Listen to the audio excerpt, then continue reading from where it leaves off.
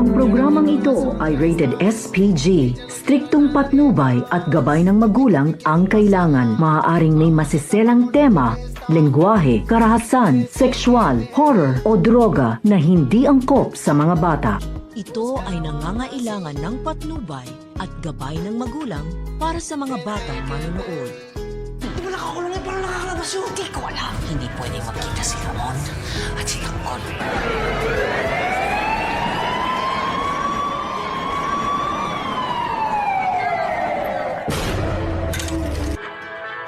Mukhang inalaga kita. Halos ko na lang sa bahay kita tapos hayaan mo nasaktan ka dyan. Duda ni Lola Tending na ang perang naiwan sa kanilang lamesa ay pera na nanggaling kay Tanggol.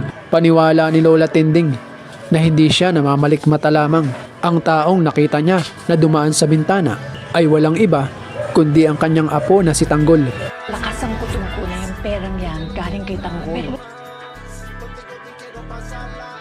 Pakiusap ni Lola Tending na sana ay hindi na makarating kay Rigor ang tungkol sa pera upang hindi na nga lalong magkagulo. Pero updated din si Rigor dahil nabalitaan niya na may mga taga-koreksyonal na kumausap sa kanilang barangay chairman. Puntahan daw siya ng mga taga-koreksyonal na pinaghahanap na si Tanggol.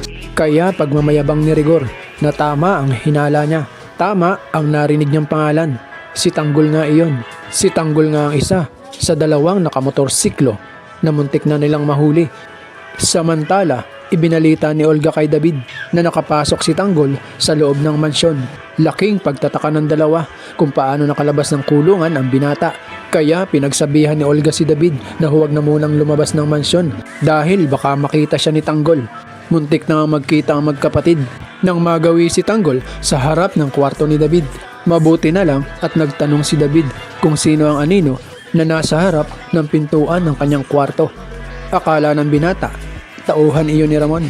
Ang hindi niya alam na ang anino na yun ay ang kapatid niyang si Tanggol. Mabilis na tumalili si Tanggol nang marinig niya ang boses na nagtatanong. Hanggang sa matukoy na nga ni Tanggol ang kwarto ni Mokang. Gulat na gulat ang binata nang makita si Mokang na puro pasa ang mukha. Awang-awa si Tanggol dito. Bakit nga daw hinayaan ni Mokang na gawin iyon sa kanya ng kanyang asawa? Samantalang si Tanggol ni minsan ay hindi pumayag na masaktan si Mokang ng sino man. Walang naisagot si Mokang kung hindi ang kanyang pagluha. Kaya niyakap siya ni Tanggol. Habag na habag sa dalaga. Tuloy naisip ng binata na itakas na si Mokang.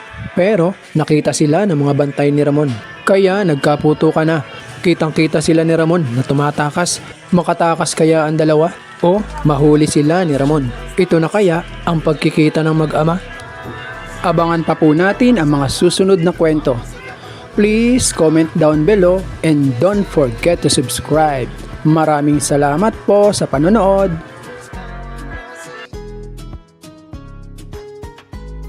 Desde que te